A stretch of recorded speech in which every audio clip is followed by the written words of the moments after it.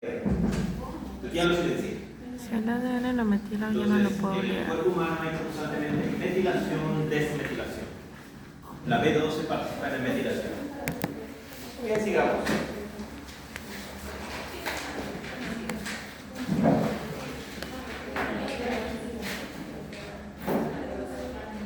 ¿Qué más tenemos por acá? La presencia de inhibidores.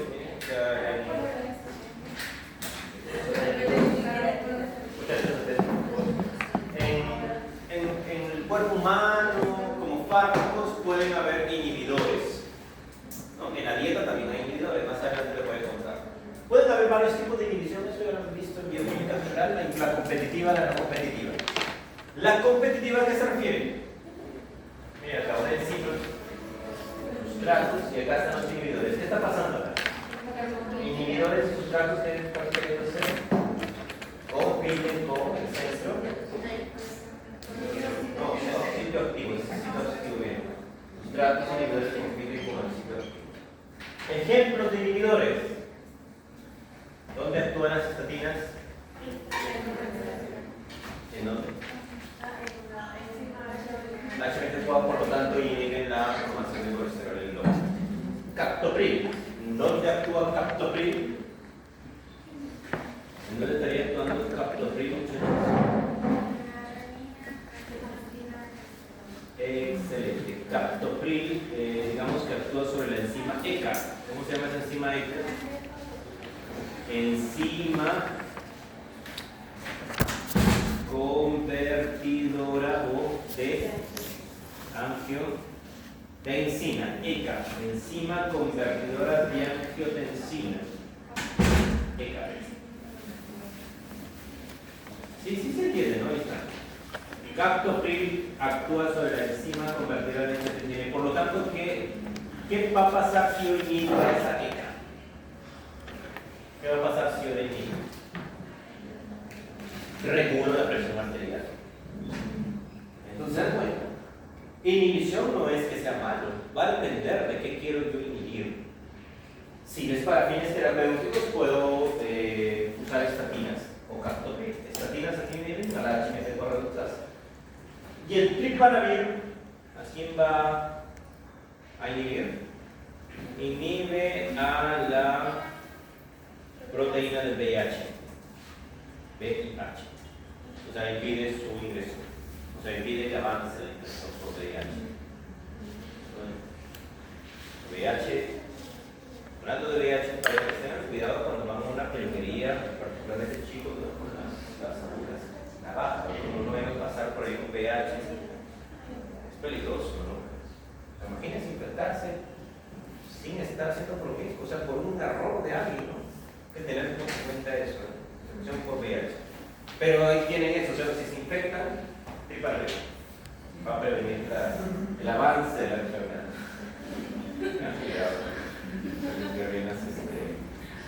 Las navajas, las máquinas, los corta uñas, no sé, cuidado con eso. Ahora, dato importante. Miren, si hay muchos sustratos y poco inhibidor, ¿quién va a ganar? Los sustratos y el inhibidor. Si hay muchos sustratos y poco inhibidor, sustrato. Entonces, es un tema de concentración. Por eso los fármacos existen a dosis, ¿cierto? No se olviden de eso porque más adelante vamos a ver que los alimentos tienen inhibidores. Pero dado a que esos inhibidores están en baja cantidad, no tienen un impacto muy grande. ¿Sí? Entonces, si hay muchos sustratos y poco inhibidor, la enzima puede seguir trabajando. Y aquí he puesto, miren, es cuestión de número. Abajo les he puesto otro mensaje, miren. En humanos, para inhibir, ¿qué hay que hacer? Hay que buscar durabilidad y alta afinidad. O sea, eso es más que todo para el diseño de fármacos. ¿Sí?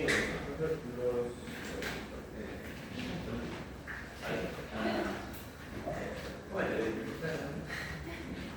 los inhibidores en el caso de los alimentos pueden ser los antinutrientes. sí, exactamente. Los antinutrientes se les considera, algunos de ellos, inhibidores de enzima. Hay algunos que no son inhibidores de enzima, sino que van y se pegan al nutriente y no lo dejan que se absorba. Pero sí, los inhibidores de enzimas pueden ser parte de los antinutrientes. Excelente aporte. Muy bien. Y justamente estamos hablando ahí de inhibidores de enzimas. Miren acá. aquí, en la soya, hay inhibidores que son proteínas, imagínense. La soya tiene inhibidores que son de tipo proteína. ¿Y ahí quién está el inhibidor de proteínas? Es una proteína, miren, proteína inhibidora. ¿No? ¿A quién va a inhibir? Y por lo tanto, ¿qué va a pasar si libera tripsina? Va a impedir una digestión apropiada de proteínas. Pero ¿cómo, profesor? Si la soya me dice que tiene proteína y me está diciendo que tiene inhibidores que inhiben, justamente por eso usted tiene que cocinar la soya. Una soya mal cocida va a aumentar o reducir la biodisponibilidad de aminoácidos. Se reduce. ¿Y por qué digo biodisponibilidad de aminoácidos? Porque se entiende que la tripsina, cuando rompe proteínas, ¿qué se libera? Aminoácidos. Entonces, lo que me conviene de las proteínas, ¿qué es? ¿Absorber la proteína entera? No, sino los aminoácidos. Entonces, la tripsina tiene que funcionar. Y este componente se le puede considerar un antinutriente. ¿Cómo lo desactivo? Miren, cocinándolo la soya madura. Y bueno, eso es lo que se cocina. Lo digo porque hay personas que de repente no lo cocinan bien y ahí pueden estar captando inhibidores. Y miren, lo interesante de esta soya es que tiene termoresistencia a sus proteínas. ¿Qué quiere decir termoresistencia? Sí, por eso es que las menestras, ¿ha visto cuánto demora en cocinar? Tiene que estar ahí bien, claro, porque tienen proteínas de alto orden. Yo he decidido ponerlo este no es un curso de bioquímica de alimentos. Ya hemos hablado con la carrera, estoy promoviendo que se incorpore el curso de alimentos, porque estas cosas de inhibidores son netamente un curso de bioquímica alimentaria. Pero igual quisiera darles información para que lo tengan en cuenta.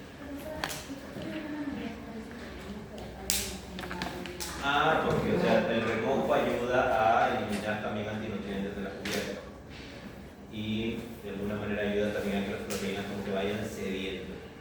Cuando ya la va a cocinar rápido. Yo tenía mi abuela que decía, échale polvorita de coco para que cocine más rápido.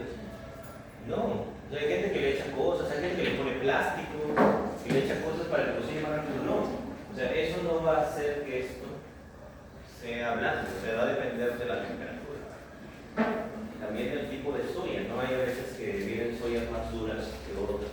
En el caso del tiempo de remojo, ¿cuántos días como llegar? De un día para otro, lo que es, más o menos. Porque hay, no sé qué, lo que hacen con esos frijolitos chinos que lo hacen remojando creo que más tiempo para que como que se fermente y le sale ese... Eso va a depender de qué se quiere lograr. El remojo es para inactivar los antinutrientes, sacarlos, limpiarlo, hacer que la proteína se vaya cediendo y se cocine más rápido. Y si lo dejo crecer, si lo dejo que haga plantita, ahí yo convierto en un germinado. Cuando esta semillita comienza a generar una planta, se desactivan los antinutrientes. O sea, mientras más esté germinado, menos antinutrientes voy a tener. Por eso, cuando ustedes consumen germinados de soya, el germinado de soya nutricionalmente, sus proteínas son más biodisponibles. Los fermentados también. ¿Por qué? Porque esos procesos hacen que los antinutrientes se rompan. O sea, mientras más crezca la plantita, menos antinutrientes va a haber. Por eso algunos lo dejan más tiempo. Sí, tiene sentido. ¿Sí? Muy bien. Ahora, vamos acá, miren acá los huevos. Un fundamento bioquímico de por qué los huevos no se deben consumir crudos. ¿Cuántos antinutrientes hay ahí? 2 antinutrientes. El ovomucoide, ¿qué más? El ovo inhibidor de la clara de huevos. Chicos, un minuto, por favor.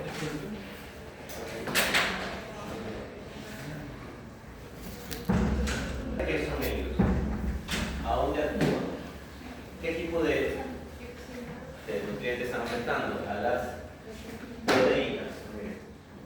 Ovomucoide para tripsina ahí, ovo inhibidor para tripsina y hemoglobina. ¿Se dan cuenta? O sea, por eso los huevos crudos no son recomendables y yo siempre les doy a los chicos varios mecanismos. Primero es por ese antinutriente. Está en bajas cantidades, pero igual afecta. Luego que aquí puede haber contaminación por salmonela. Luego que crudo aumenta o reduce la biodisponibilidad de proteínas.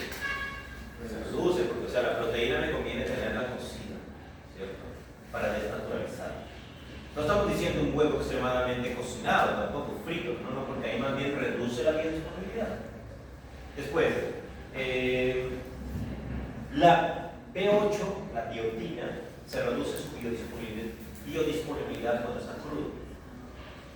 Entonces, tengan en cuenta eso. Varios mecanismos porque no son tan nutricionalmente apropiados. Coméntame eso. ¿A qué se refiere con biodisponibilidad?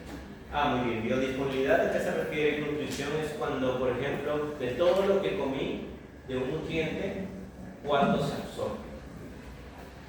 La biodisponibilidad no siempre es 100%, nunca es 100%. Por ejemplo, el colesterol, su biodisponibilidad es el 60%. Quiere decir que de todo el colesterol que consumo, el 60% se llega a absorber. Entonces, imagínense, si yo tengo antinutrientes que reducen la biodisponibilidad, estoy reduciendo más esa cantidad que yo puedo absorber. Sí, pero gracias por la pregunta. Muy bien. ¿Qué más? ¿Alguna consulta?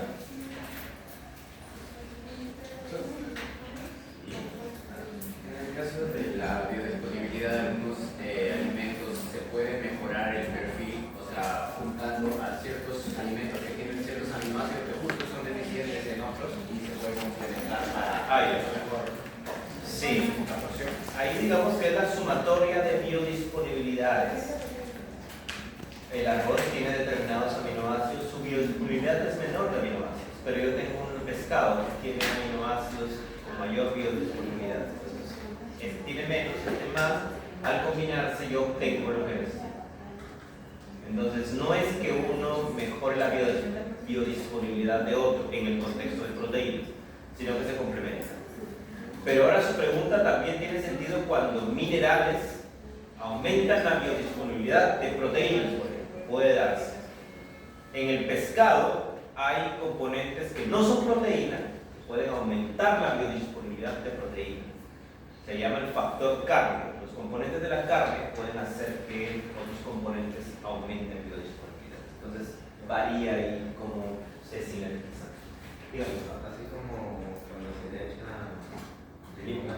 Así es. Entonces, el limón tiene vitamina C. Aumenta la biodisponibilidad de hierro de las menestras que son de vegetal. Entonces, la nutrición por eso es sinérgica. No hay superalimentos, no es que un nutriente es más importante que otro, ¿sí? Muy bien. Entonces, ahora la regulación. Vamos a ver 5 regulaciones. 5 regulaciones principales. Entonces, tenemos acá la primera, el control alostérico. Miren ahí. ¿Qué hace un regulador alostérico? ¿A dónde se une el regulador alostérico? A una molécula. Y pueden haber reguladores alostéricos positivos.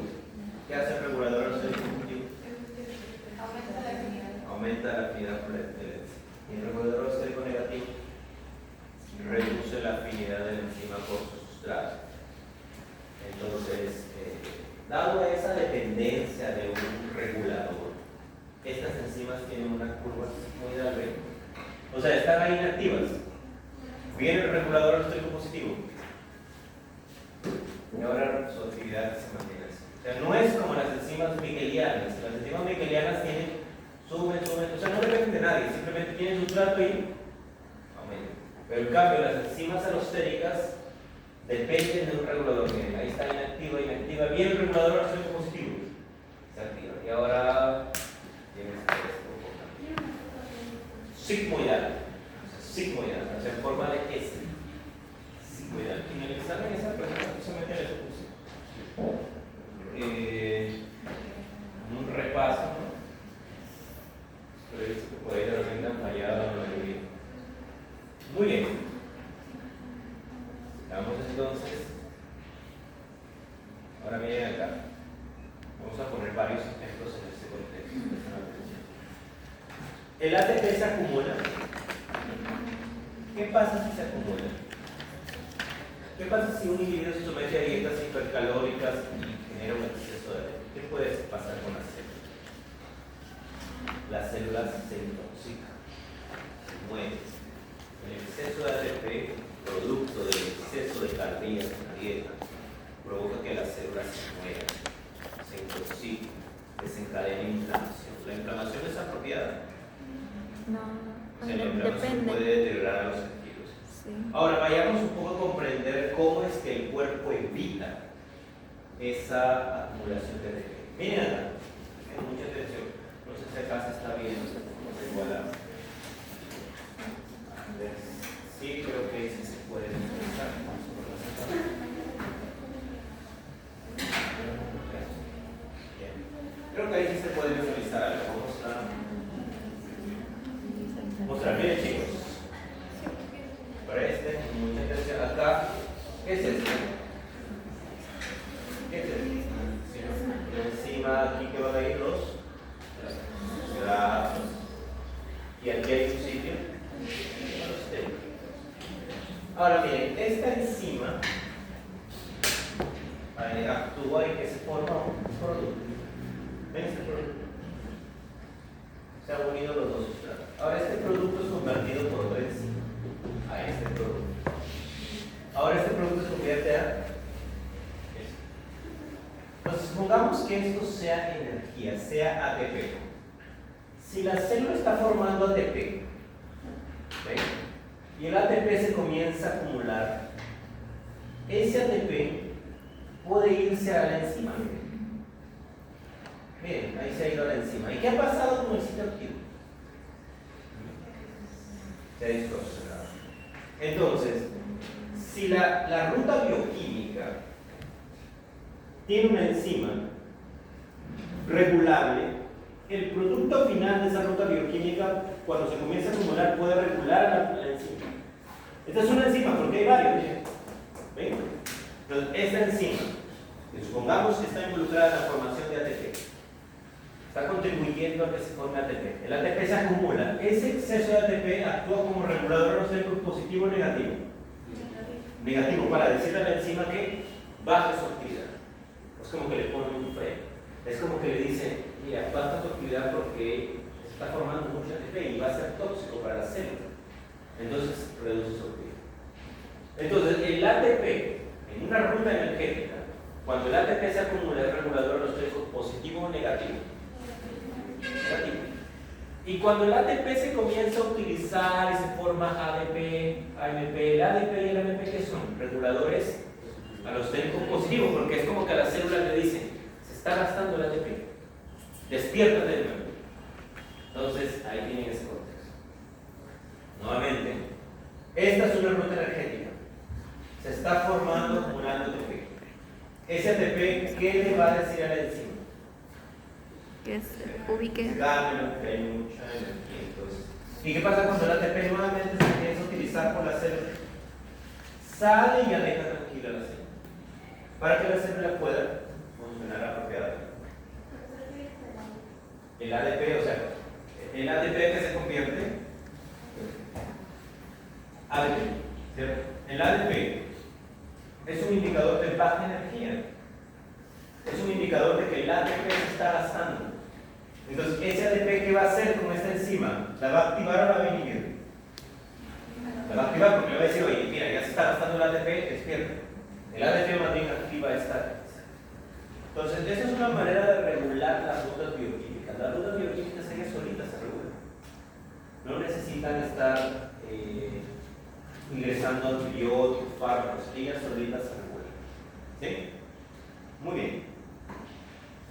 Preguntas hasta acá de esto. Ahí les he puesto una definición. A este proceso, ¿cómo se le llama? Inhibición de retroalimentación. ¿Sí? Inhibición de retroalimentación, acá está la definición que les he contado. Y es básicamente que el producto, cuando se acumula, regula a enzimas iniciales del desarrollo. Es un bucle. ¿Ven? Bucle. Inhibición de retroalimentación. Este producto que se acumula inhibe a enzimas iniciales para asegurar que esa ruta bioquímica no se dispare y no, digamos, forme productos en exceso. ¿Sí? Muy bien. Vayamos a la práctica, algunos ejemplos. Miren acá.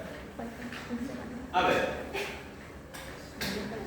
Tenemos aquí, ¿qué es ruta bioquímica? Tenemos el ciclo de Krebs. Pregunta, ¿el ciclo de Krebs es una ruta energética? Sí, o sea, si el ciclo de está avanzando, que quiere decir que se va a producir energía, ¿Cuáles son las enzimas que se están regulando aquí? Esta y esta. 3 enzimas. Ahora, pregunta. Cuando se comienzan a acumular los indicadores de alta energía, ¿qué va a pasar con estas enzimas? ¿Se van a activar, se van a inhibir? ¿Se van a regular negativamente o se van a regular positivamente? Bien, acá. Exceso de ATP, exceso de acetil-CoA, exceso de NADH, ácidos grasos. Ellos son indicadores de son indicadores de alta o baja energía.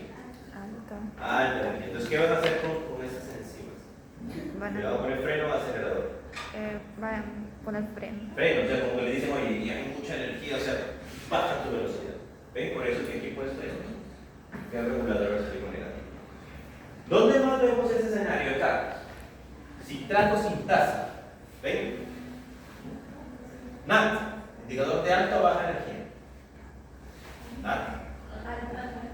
Succínico alta energía.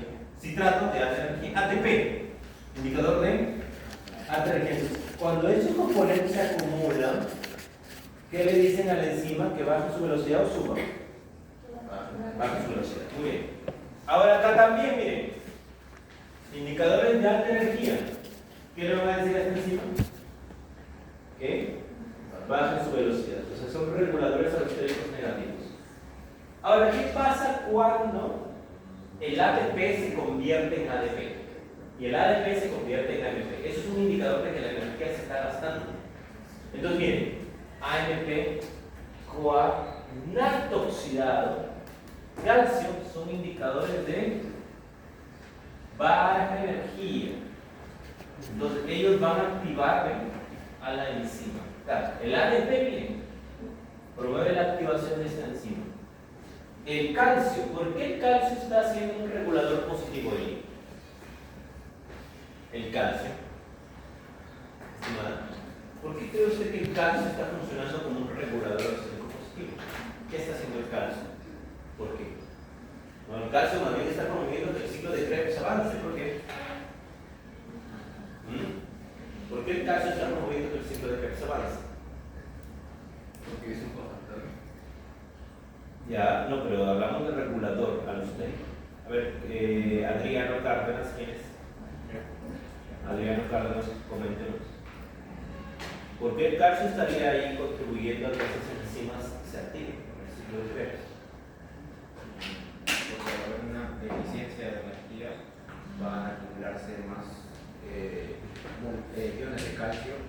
Entonces, si es que eso se sigue acumulando, va a producir una acidosis láctica. Cuando hay mucho calcio es porque, digamos, hay contracción muscular. Y si hay contracción muscular, yo demando energía. Entonces, cuando hay contracción muscular, se moviliza calcio. Cuando hay movilización de neurotransmisores en el cerebro, se moviliza calcio. Entonces, ese calcio tiene sentido que le diga al ciclo de Krebs, oye, despierta porque necesitamos energía. Entonces, el calcio está activando estas enzimas. Está como que promoviendo que avance el ciclo de Krebs para que produzca energía. Por ahí va más o menos el mensaje. Muy bien. Me apuntes.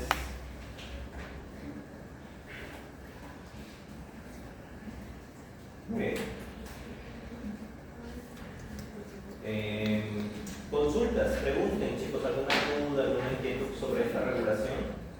Díganos. Igual. Ahí. ¿Está muy frío? Voy a apagar ya, si no. Creo que después se hace calor. Después lo vamos prendiendo otra vez. A ver. Sigamos entonces acá. En esta ruta, por ejemplo, ¿qué ruta bioquímica es? ¿Será glucólisis? ¿Vía de pentosa será? ¿Será vía de pentosa esta ruta? ¿Qué opinan? Gluconeogénesis. Sí, es gluconeogénesis. Miren acá. Tenemos, miren, piruvato. Y luego tenemos por acá piruvato y va hasta acá glucosa. Algunos han dicho glucólisis, sí, o sea, la glucólisis está acá. Y si va en esta dirección, o sea, eso es glucólisis. Si va de aquí hasta acá es piruvato. Ese es piruvato, o sea, piruvato se forma en la glucólisis. Entonces, como es gluconeogénesis, ¿quién hace gluconeogénesis? A ver, aquí tenemos varios conceptos preliminares, ¿no? ¿Para qué sirve la gluconeogénesis? Para formar glucosa en contextos de ayuno. Clarísimo hasta ahí, bien. La gluconeogénesis sirve para formar glucosa en contextos de ayuno. ¿Quién toma ese riesgo? ¿Quién hace ese proceso? El hígado. El hígado. Y el hígado, ese proceso lo hace en contextos de alta energía o baja energía. A ver, reflexionen sobre ahí la gráfica, los reguladores. A ver, ustedes me dicen. El hígado se pone a formar glucosa en contextos de baja o alta energía. Baja. Analicen bien la imagen, me dan una respuesta. Si es baja, profundamente, si es alta, también profundamente.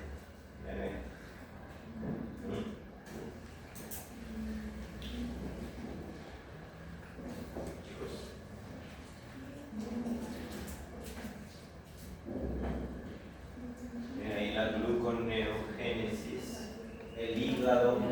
Estamos hablando del hígado.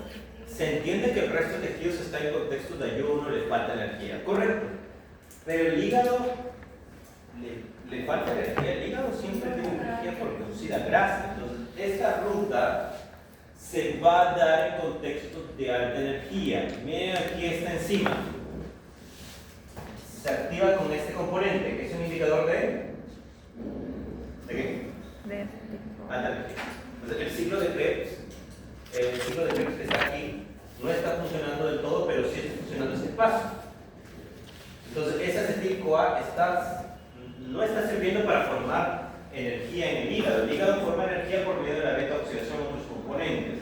Aquí el hígado está priorizando su acetil-CoA para regular este proceso y aumentar la formación de glucosa. Pero cuando baja su energía en el hígado, va a activar este proceso. Cuando baja la energía en el hígado, más bien esos componentes indicadores de baja energía actúan como inhibidores o reguladores negativos. Es como que le dicen al hígado: si no hay energía, no te vas a poner a formar glucosa, porque la glucosa se da en un contexto de energía en el hígado. Y acá tenemos otra enzima, miren, aquí, en esta enzima de acá de la gluconeogénesis. ¿Ven? Este es indicador de alta o baja energía. Alta. Entonces, en alta energía, el hígado está, digamos, formando glucosa en la gluconeogénesis. Estos son indicadores de baja energía. Si son indicadores de baja energía, van a activar o inhibir el proceso. Inhibir. El mensaje aquí es claro. La gluconeogénesis ocurre en contextos de alta energía. Por eso es que los indicadores de alta energía activan el proceso. Pero si en el ciclo de Krebs se acumulan indicadores de alta energía, ¿qué pasa? Los indicadores de alta energía, ¿qué van a hacer? Van a reducir la velocidad del ciclo de Krebs. Entonces se dan cuenta contextos diferentes, pero básicamente el nombre de regulador de alta energía y de baja energía se mantiene. Lo que varía es cómo responde cada ruta, dependiendo del regulador. ¿Sí? Esta es la gluconeogénesis. Ahora, en esta ruta, dígame, en el resto de tejidos. El resto de tejidos se está muriendo de hambre, pero el hígado no se está muriendo. El hígado más bien comienza a oxidar la grasa. Y por oxidar la grasa, obtiene mucha energía. Ese exceso de energía al hígado le sirve para construir glucosa para otros tejidos. O sea, todos se están muriendo de hambre excepto el hígado. El hígado tiene que mantenerse vivo, muy energético para poder formar glucosa para otros tejidos. Es muy buena aclaración. Que puede confundir a veces. La gluconeogénesis ocurre en contextos de alta energía, pero en el hígado. En el hígado. Mientras que el resto de tejidos está muriendo de hambre, está muriendo por glucosa, él no puede darse el lujo de tener poca energía energía. Él comienza a oxidar las grasas y por eso obtiene mucha energía. El hígado. Ok, muy bien. Ahora acá. ¿Dónde está el ejemplo de inhibición por retroalimentación en ese gráfico? ¿Dónde está la inhibición por retroalimentación? A ver qué me comentan. ¿En qué parte está?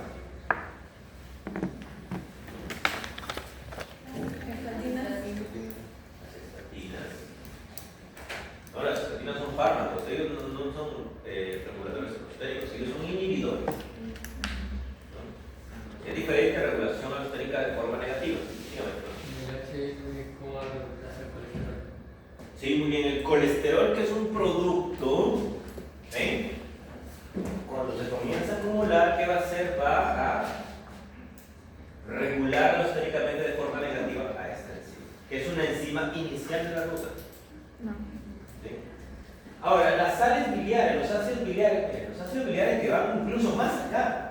O sea, los ácidos biliares se forman a partir del colesterol. Entonces, estos ácidos biliares, ¿qué van a hacer? Van a regular alostéricamente de forma negativa a esta enzima, que es una enzima del paso, una enzima inicial de la ruta. ¿Sí? Es una enzima inicial de la ruta. Muy bien, ¿preguntas hasta acá? ¿Consultas? No. Pregunte.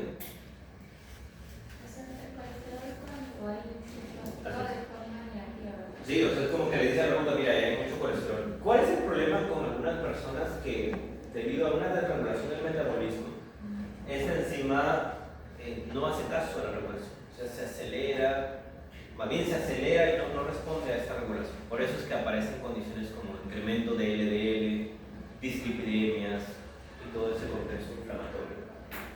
¿Sí? Bien. Y aquí también vemos otro ejemplo. El levalonato, que es el producto de esta reacción, él está inhibiendo a la progresiva. O sea, se dan cuenta cómo hay un balance ahí. Una autorregulación. Autorregulación. ¿Sí? Muy bien. Sigamos entonces.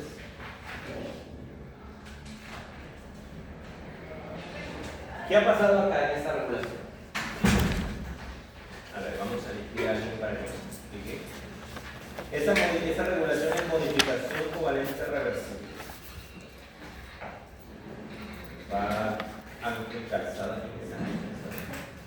Ángel Calzada, ¿qué observa en esa regulación? ¿Cómo se está dando? Modificación covalente reversible. Bueno, tiene enzimas quinasa y fosfatasa. La quinasa lo regula de manera... Aquí no podemos ver si es positivo o negativo. Lo cierto, estimado, es que la quinasa está ayudando a la fosforilación. ¿Por qué le digo eso de que no podemos ver? Porque hay enzimas que les gusta estar fosforiladas y hay enzimas que no les gusta estar fosforiladas. Entonces, sí, la modificación covalente es reversible si se da para regular, pero si la regulación es positiva o negativa va a depender de la enzima. Por ejemplo, a algunos individuos les gustan algunos aretes largos, pequeños, a algunos individuos les gustan tatuajes, a otros no. Entonces, hay enzimas que son así, hay enzimas que les gusta tener un gorrito, a otras que no les gusta tener gorritos. Entonces, esto es una modificación covalente reversible. ¿Por qué reversible? Porque la fosfatasa puede removerse, ¿cierto? Pero veamos en la parte de abajo, hay un ejemplo ahí de una enzima del metabolismo. La glucógeno fosforilasa, ¿le gusta estar fosforilada, sí o no? Esta enzima, ¿sí? O sea, cuando esta enzima está fosforilada, va a degradar glucógeno. Pero a la glucógeno sintasa no le gusta estar fosforilada. Si usted la fosforila, más bien la inhibe. Entonces, esta enzima le gusta estar fosforilada. ¿Cómo se fosforila? Miren, baja la glucosa. El páncreas que libera y el glucagón que incrementa, CAM. Y el CAM que promueve la fosforilación. O sea, el CAM activa quinasas que van a hacer ese trabajo de fosforilar. ¿Sí? Entonces, mensaje. Esa es una regulación. ¿Cómo se llama esa regulación? Regulación alostérica. No es alostérica. La alostérica. Recuerde, primero esta es la alostérica. Profesor, la quinasa remueve el ATP para... La quinasa, ¿qué hace? La quinasa fosforila a la proteína de encima. Pero ¿de dónde saca ese grupo fosfato? No, la quinasa es una transferasa, le llaman, porque coge grupos y los transfiere. Ahí está. Pero como les digo, hay enzimas que les gusta estar fosforiladas y hay otras que no. Y abajo tiene un ejemplo de una enzima que le gusta estar fosforilada. ¿Qué más acá? ¿Por qué se le llama reversible? Porque puedo sacarle, o sea, puedo remover ese grupo fosfato y al removerle genero cambios en la enzima. Y podemos decir ahí que las hormonas regulan a las enzimas de alguna manera indirectamente. Las hormonas regulan a las enzimas indirectamente, ¿qué opinan? Sí, no, ¿por qué? Sí, por ejemplo, no, por ejemplo. A ver, ¿qué opina? ¿Qué opina por acá Coveñas? Coveñas, ¿las hormonas regulan de alguna manera las enzimas? Sí, no, ¿por qué? Por ejemplo, muy bien, ¿está moviendo acá? Glucagón está moviendo simplemente esto, por lo tanto activa quinasa y fosforila. Entonces las hormonas tienen que ver con la fosforilación de enzimas. Y esa enzima es de las glucogenonas. Por eso es que en nutrición hablan de endocrinología. Fallas en eso, miren las consecuencias que puede tener acá. Por decir un ejemplo de los miles de ejemplos de regulación que hay en el cuerpo humano. Por eso es que nutrición y endocrinología van de la mano. Entonces ahí tienen un pantallazo de por qué las hormonas indirectamente regulan a las enzimas por medio de esas modificaciones. ¿No? Y eso que, chicos, acá hemos hablado de fosforilación. Hay metilación, hay acetilación, hay acidilación, hay citronilización, hay glucosilación. Entonces, pero acá solamente les enseño sobre la fosforilación. Profesor, ¿qué es el GAM? GAM. GAM es un derivado de ATP, ¿no? Para que vean que el ATP no solo sirve para energía, sino este componente es una molécula de señal. ¿Qué va a hacer este que hará? Que va a activar quinasas. ¿Qué hacen las quinasas? Fosforilan. Entonces, GAM es un señalizador, es un mensajero. Le llaman de hecho un segundo mensajero. No, pero yo les he puesto ahí para referencia, ¿no? O sea, cómo están conectados. Glucagón, GAM, y el GAM activa quinasa, y la quinasa. Muy bien. Ahí, ¿qué ha pasado ahí?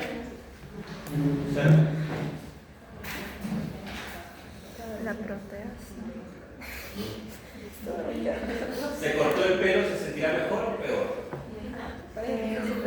Sí, pero a veces las personas se ven como mochos, ¿no? O sea, Dora la exploradora con el colgan así chiquito. ¿No les ha pasado, chicas, que la peluquera se pasó? Más bien le cambia el año. Pero miren acá. Estas enzimas que tienen un pelo grande, esa es una secuencia de aminoácidos. Y esa secuencia de aminoácidos le está incomodando. Entonces, esa enzima que tiene esta colita de aminoácidos se llama proenzima. Viene una enzima, le corta y se activa. ¿En dónde pasa eso? En enzimas digestivas. En enzimas digestivas suele ocurrir esa activación por corte protolítico. Es decir, yo le corto un pedazo de aminoácidos y promuevo su activación. Y justamente, vamos a ver cómo ocurre eso. Miren ahí. Las enzimas digestivas. ¿Enzimas digestivas de qué? ¿Enzimas digestivas de qué? De proteínas. El páncreas libera estas cosas en amarillo. Estas cosas en amarillo son, ¿qué son? Simógenos, o también conocidos como ya tienen esta cosita de que les está incomodando. Yo tengo que activarlas. ¿Cómo se llama esa activación? activación proteolítica o corte proteolítico. ¿Sí? Entonces, ¿qué ha pasado acá? Vean la secuencia. Se liberan estos proenzimas osmógenos. En el enterocito hay una proteasa. ¿Cómo se llama esa proteasa? Ahí está, vean. Ahora, esa enteropeptidasa, ¿qué le va a hacer al tripsinógeno? Le va a mochar una cadenita de aminoácidos. Y ahora el tripsinógeno se convierte en que es una proteasa. Ahora, ella va a salvar a sus demás amigas. Les va a hacer corte proteolítico y las va a activar. ¿Se acuerdan? Pues es una reacción en cadena. Entonces, eso ocurre en digestión de proteínas y tiene que darse la perfección para poder digerir. Claro, a ver, acá miren, tenemos una proteína que se llama proenzima. ¿Está activa o inactiva? Inactiva, o sea, es un simógeno. O sea, el páncreas libera estos simógenos, ¿miren? Eso de acá, que tienen sus colitas, ¿no? O sea, no le ponen ningún dibujito. Aunque de repente podría ser, ¿no? Una enzima ahí con su colita. Sí, podría ser algo más animado, una enzima con su colita y luego ya sin colita. ¿Quién se activa primero? Esta, la enzima. ¿Por qué? Porque en el enterocito de arriba hay enteropeptidasas, que son proteasas. Esas proteasas, ¿qué van a hacer? Van a cortar sus colas, sus pelos y se va a activar. Y la tripsina es una proteasa. Ella va a hacer y va a cortarle también su colita a estas. Y al cortarle, ¿qué va a pasar? Se van a formar las enzimas activas. En naranja, ¿qué son? Son enzimas activas. En amarillo son inactivas o simógenos o proenzimas. Es simógeno. Simógeno con Z o también le llamo yo proenzima. ¿Sí? Muy bien, entonces esa también es una regulación, ¿no? Porque el páncreas mantiene dentro los simógenos. El páncreas no libera enzimas, o sea, no suelta enzimas activas. Él libera simógenos, que son las formas inactivas. Formas inactivas. Muy bien. Abigail, ¿quién comienza el proceso acá? La enteropeptidasa cuando ingresa al... ¿Cuál? ¿La triptasa? No, No hay triptasa. No, enteropeptidasa. ¿Qué hace la enteropeptidasa? Ingresar, bueno, se ubica ahí donde está. Está aquí, ¿ya? ¿Qué va a hacer esta enteropeptidasa? Es una proteasa. ¿Qué va a hacer? Se va a transformar, va a permitir la transformación a de tripsinógeno a tripsina, o sea, por este tripsina. mecanismo, ¿no? Por este. Acá, sí. La activación por corte proteolítico. ¿Sí? Muy bien. Y bueno, luego la tripsina hace perfectamente proteasa. La tripsina es una proteasa. Y ella va a promover que las demás se activen por corte proteolítico. ¿Sí? Muy bien. Luego acá, la parte más importante que tiene que ver mucho con el sueño. Miren aquí. Toda célula tiene ese flujo de información. Si toda célula tiene ese flujo de información, vamos a...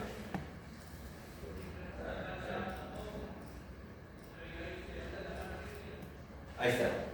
Toda célula tiene este flujo de información. ADN, ¿qué más? ARN, secuencia de aminoácidos y luego proteína o enzima. Porque las proteínas pueden ser enzimas, pueden ser transportadores, receptores o como otras. Entonces, hemos dicho, todas las células del cuerpo de un individuo tienen el mismo ADN. ¿Tienen el mismo ADN? Sí, todas las células del cuerpo de un individuo tienen el mismo ADN. ¿Qué es lo que cambia? Su metabolismo y su metabolismo, ¿por qué cambia? Porque hay diferente expresión génica. Entonces, esta expresión génica es crucial para formar enzimas y se cambia de la noche a la mañana. demora en adaptarse, es dependiente del día y la noche, es dependiente de la edad, es dependiente del sexo, es dependiente de, digamos, la genética del individuo. O sea, esta expresión génica es digamos, diferente en cada órgano, en cada tejido, y toma tiempo en ajustarse. Entonces, habíamos dicho que en contextos, por ejemplo, de cambio de horario, ¿qué pasaba en cambio de horario? Enredamos al cuerpo, lo enredamos, el cuerpo piensa de que es día, porque el individuo está despierto, entonces comienza a formar enzimas del metabolismo de día, comienza a incrementar la insulina, por ejemplo, por eso el individuo puede incrementar el riesgo de resistencia a la insulina, diabetes tipo 2, por esos cambios de horario. La célula se confunde y no sabe qué formar enzimas del metabolismo de día o enzimas del metabolismo de noche, entonces siempre hay una confusión. Algunas veces el individuo duerme a las 3 de la madrugada, algunas veces a las 9, otras veces duerme en la mañana, otras veces entonces el cuerpo, o sea, la célula se confunde y no sabe cómo leer la información genética. Y lo peor que eso, o sea, eso puede ser un día, 2 días pasable, el cuerpo lo vuelve a resetear. Pero si eso es constante, termina este equilibrio rompiéndose. Termina rompiéndose. ¿Por qué les explico esto? Porque algunos nutrientes se absorben mejor dependiendo de la hora del día. Por justamente que se forman enzimas para su degradación, dependiendo de la hora del día.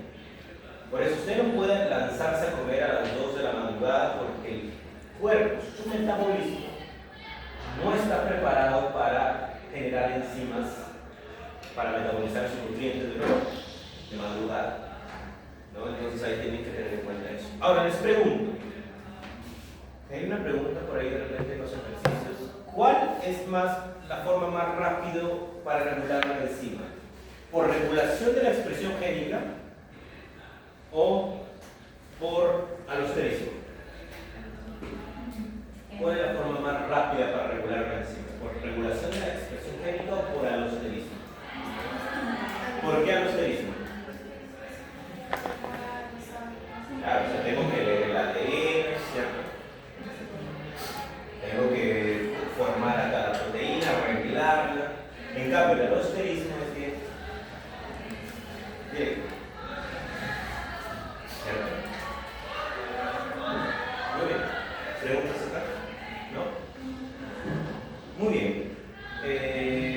Aquí les he puesto algunos detalles, chicos. Bueno, acá está también, ¿no? Es más lenta que la regulación alostérica, que más les he puesto ahí. Es más lenta que la regulación alostérica. La regulación puede ser epigenética, claro, o sea, modificar acá con B12, con otros componentes, metilar. Las sustancias bioactivas también ayudan a esta expresión. Y las hormonas pueden dar lugar a cambios temporales, claro, porque las hormonas pueden acelerar o reducir la velocidad de esto, las hormonas. Por eso ustedes han escuchado de hipotiroidismo, hipertiroidismo, o sea, habla de que se acelera, se reduce, es porque las hormonas tiroideas pueden cambiar la velocidad de expresión de esto. Muy bien, y finalmente acá tenemos, miren, isoenzimas. Vean la gráfica. Y vamos a preguntar a 2 personas qué opinan de esas isoenzimas. Ahí vemos isoenzimas. ¿Qué serían las isoenzimas?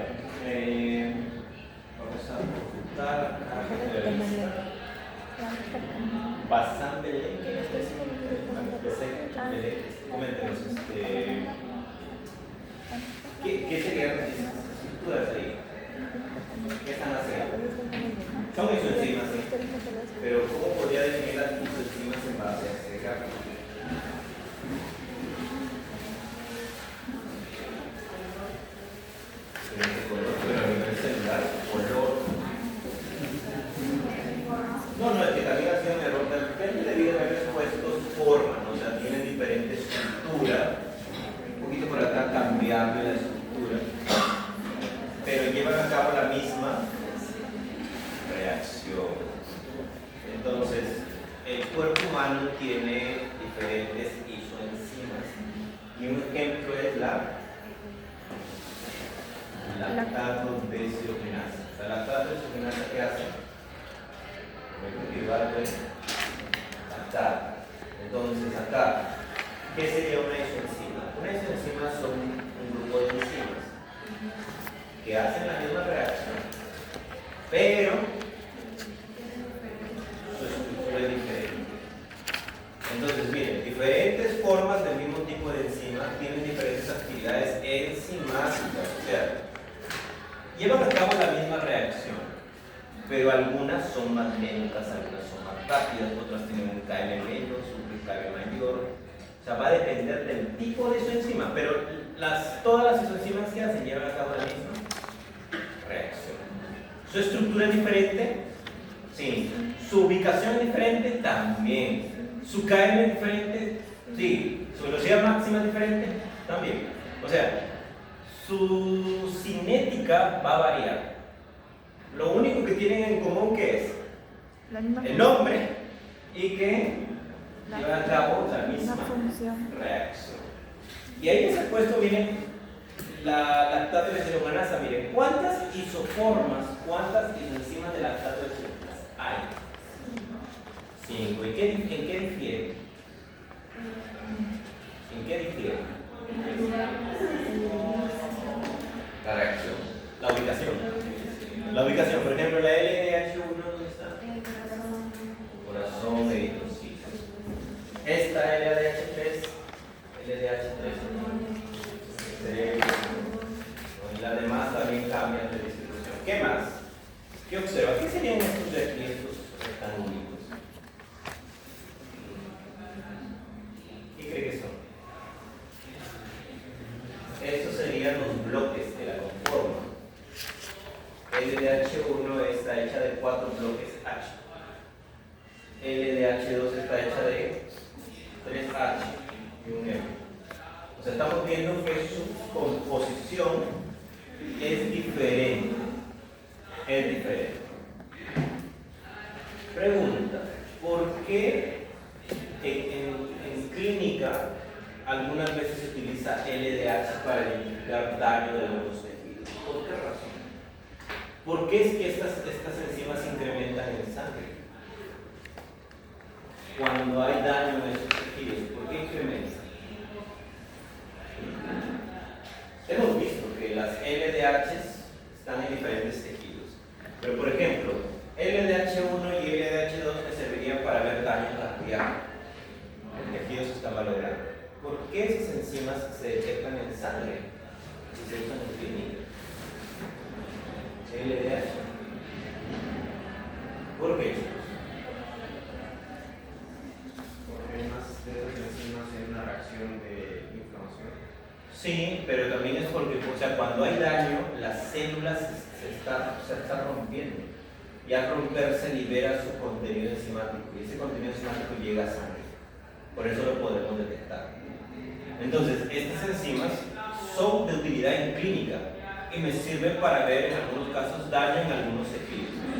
¿Y por qué aparecen en sangre? Porque si está viendo daño en esos tejidos, las células de esos tejidos se rompen, se están rompiendo. Y al romperse, ¿qué sueltan? Su contenido enzimático, que llega para la sangre, por eso lo podemos detectar. ¿Sí? Muy bien. Entonces tomen apuntes ahí. M. Este bloquecito M. Esos nombres les han puesto por del músculo, ¿no? O sea, cuando recién se estuvieron descubriendo sus partes de la enzima, primero se descubrió esta heart, que es de corazón, y esta M. O sea, por eso le pusieron el bloque H de corazón, heart, y este M de músculo. Entonces vieron que esos bloques también estaban en otras partes, por eso se quedaron así, ¿no? Muy bien. Sigamos entonces. Aquí les hemos dejado un café, vamos a hacer aquí un momento como concurso. Ahora pueden tomarse un descanso de 5 minutos. Profesor, Dígame. ¿puedes explicar esto? El ciclo de Krebs. Esto. Esos componentes del ciclo de Krebs son. A ver un momento. esos componentes, muchachos, son reguladores alostéricos negativos. Y presten atención. El ciclo de Krebs. ¿Qué pasa si el ciclo de Krebs produce mucha energía? ¿Se va a detener o se va a acelerar? Se detiene. Y estos componentes de acá, el ATP, acetil NADH, son indicadores de alta energía. Entonces, cuando ellos se acumulan, es como que le dijeran a las enzimas, a estas enzimas baja tu velocidad. O sea, esos componentes que ahora sirven como reguladores alostéricos negativos cuando están en exceso. Le están diciendo a esta enzima que baja su velocidad. Tanto eso como los de allá. Este de acá es más bien. No, o sea, los. ¿Esto? Ajá. Sí, o sea, en paralelo. O sea, todo, por ejemplo, el ATP está aquí. El ATP estaría, cuando se acumula, regulando esta enzima y esta enzima. NADH, ¿dónde más está? Acá. O sea, está el NADH en exceso, está diciéndole a las tres enzimas que bajen su velocidad. Pero recuerden que esto se da cuando estos componentes están en exceso. O sea, le están informando a la célula que hay mucha energía. ¿Sí? Muy bien. Gracias.